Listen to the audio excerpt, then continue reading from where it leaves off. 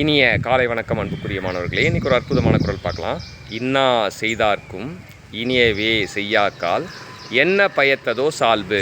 இக்குறட்பா சான்றாண்மை என்னும் அதிகாரத்தின் கண் அமைந்துள்ளது. சான்றாண்மை என்றால் பெருமை பொருந்திய குணங்களை உடையவர்களாக இருத்தல், சான்றோர்களாக இருத்தல்.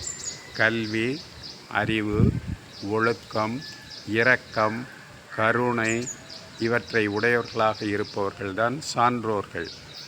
கல்வியும் சான்றாண்மையின்பாற்பட்டதுதான்.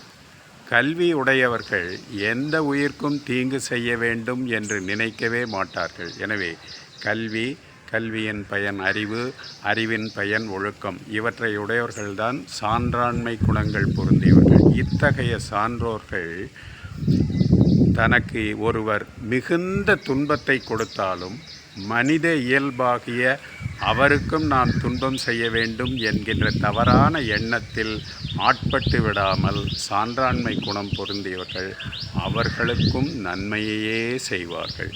இல்லையென்றால் அவர்கள் சான்றோர்களாக இருப்பதில் பொருளற்றதாக ஆகிவிடும். எனவே சான்றாண்மை குணம் உடையவர்கள் எந்த உயிர்க்கும் தமக்கு துன்பம் செய்தவர்களுக்கும் எப்பொழுதும் தீங்கு செய்ய நினைக்க மாட்டார்கள். அதுதான் அவர்களுடைய பெருமைக்குரிய பண்பாகும். நாலடியாரும் கூட தீங்கு உண்டாக்க நினைப்பது சான்றோர் குடிப்பிறந்தார்க்கு இல் என்ற கருத்தை விளக்குகிறது.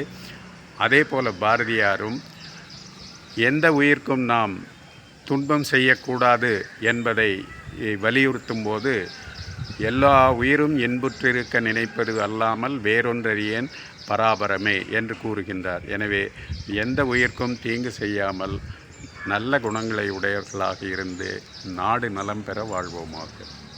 வாழ்த்துக்கள் சாம்பியன்ஸ்.